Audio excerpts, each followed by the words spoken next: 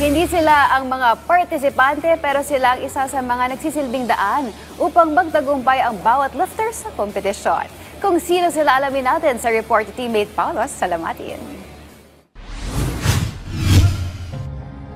Sa likod ng bawat matagumpay na attempt ng isang powerlifter, may mga taong di napapansin pero walang tigil sa pagkilos.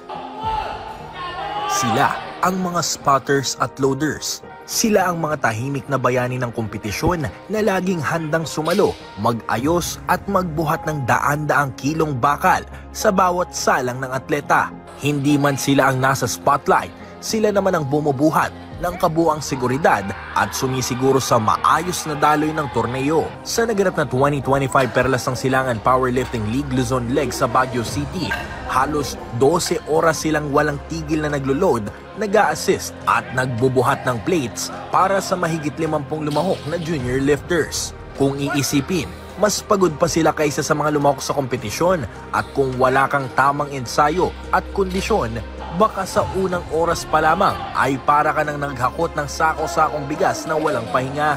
Hindi rin biro ang ginagawa nila sapagkat sa bawat set, kailangang mabilis at sabay-sabay dahil isang pagkakamali lamang ay pwedeng malagay sa peligro ang atleta.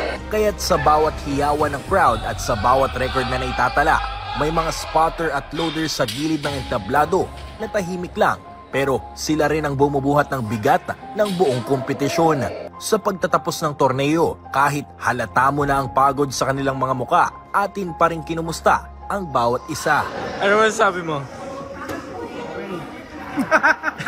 Tapos din. Ano naman sasabi mo? Ayos lang.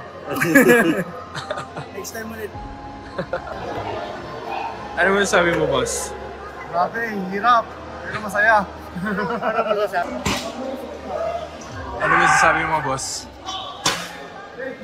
Katapos din. Pagit lang.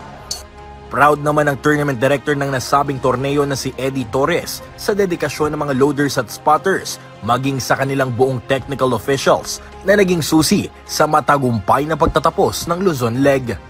Yan yung ating yung mga officials natin, they're very dedicated to the cause of developing the young lifters.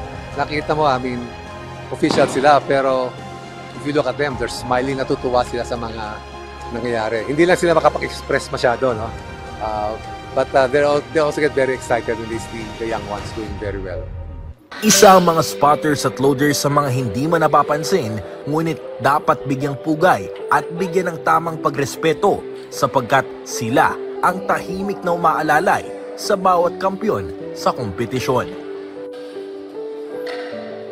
Paulo Salamatin para sa Atletang Pilipino, para sa Bagong Pilipinas.